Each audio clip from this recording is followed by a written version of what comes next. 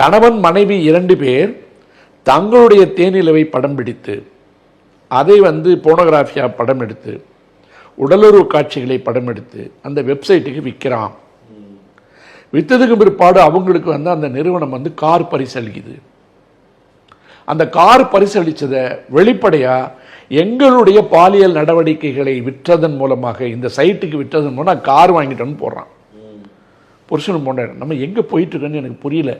இதை ஃபாலோ பண்ணி தெலுங்கானாவில் நேற்று 2 பேரை கைதாகிருக்காங்க. இவங்களே ரெக்கார்ட் பண்ணி அதை லிங்க்குக்கு தனியாக ப்ரைவேட் அனுப்பி அந்த லிங்க் அனுப்புனா 1000 பணம் கட்டணும் 2000 பணம் கட்டணும்னு இருக்காங்க.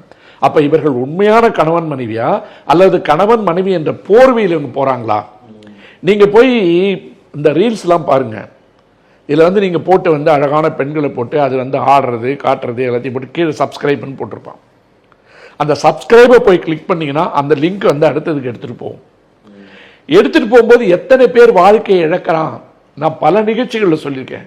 கேரளாவில் ஒரு கேஸில் ஒரு 60-65 வயது முதியவரை ஒரு ஆணும் பெண்ணுமாக கணவன் மனைவி தனியாக இருக்கிறத அவங்கள பயன்படுத்தி ஒரு இடத்துக்கு வர வச்சு கிட்டத்தட்ட 4 கோடி ரூபாய் கறந்துட்டாங்க. கறந்துட்டு அதுக்கு மேலே அவர்கிட்ட பணம் இல்லைன்னு சொல்லும்போது தான் கிட்டத்தட்ட 1-1.5 வருஷம் கழிச்சு போய் கம்ப்ளைண்ட் கொடுக்குறாரு. இந்த மாதிரி முதியவர்களை பார்த்து அட்டாக் பண்ணுறது, தனியாக இருக்கின்ற ஆண்களை டார்கெட் பண்ணுறது, அப்பாவிகளை தூக்குறது எல்லாம் இருக்கும்போது பார்த்தீங்கன்னா வரிசையாக பார்க்கின்ற பொழுது ஆண்களுக்கு நிகராக குற்றங்களை இழைப்பதில் நாங்களும் சளைத்தவர்கள் அல்லன்ற அளவுக்கு பெண்கள் வந்துட்டாங்க.